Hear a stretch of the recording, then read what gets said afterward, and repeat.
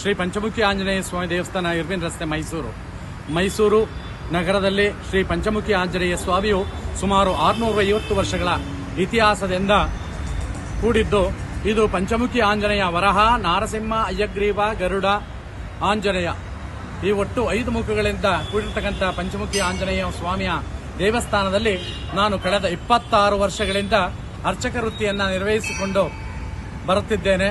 ಇದು ಕರ್ನಾಟಕ ಸರ್ಕಾರ ಧಾರ್ಮಿಕ ದತ್ತಿ ಇಲಾಖೆ, ಮುಜರಾಯಿ ಇಲಾಖೆ ದೇವಸ್ಥಾನದ ಸಿ ವರ್ಗದ ದೇವಾಲಯವಾಗಿರುತ್ತದೆ. ಈ ದೇವಾಲಯದಲ್ಲಿ ಪ್ರತಿ ವರ್ಷವೂ ಗೋಪೂಜೆಯನ್ನು ಮಾಡತಕ್ಕಂಥದ್ದು ರೂಢಿ ಪದ್ಧತಿಯಂತೆ ನಾನು ಬೆಳೆಸ್ಕೊಂಡು ಬಂದಿದ್ದೇನೆ.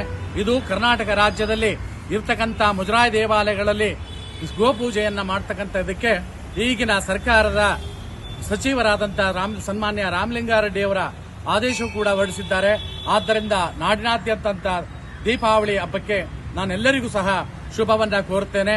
ನಾಡಿನ ಜನತೆಯು ಕತ್ತಲಿಂದ ಬೆಳಕಿಗೆ ಎಲ್ಲವನ್ನ ದೃಷ್ಟಿಗಳನ್ನ ಹೋಗಲಾಡಿಸಿ ದೇವರು ಕತ್ತಲಿಂದ ಬೆಳಕನ್ನ ನೀಡಿ ಎಲ್ಲರಿಗೂ ಸಾಮ್ರಾಜ್ಯ, ಸುಖ, ಶಾಂತಿ, ನೆಮ್ಮದಿ, ಆಯುಷ್ಯ, ಆರೋಗ್ಯವನ್ನ ಕೊಟ್ಟು ಕಾಪಾಡಲಿ. ಎಲ್ಲರ ದುಷ್ಟ ಬುದ್ಧಿಗಳನ್ನ ಬಿಟ್ಟು ಒಳ್ಳೆಯ ಮಾರ್ಗದಲ್ಲಿ ನಡೆಯಲಿ.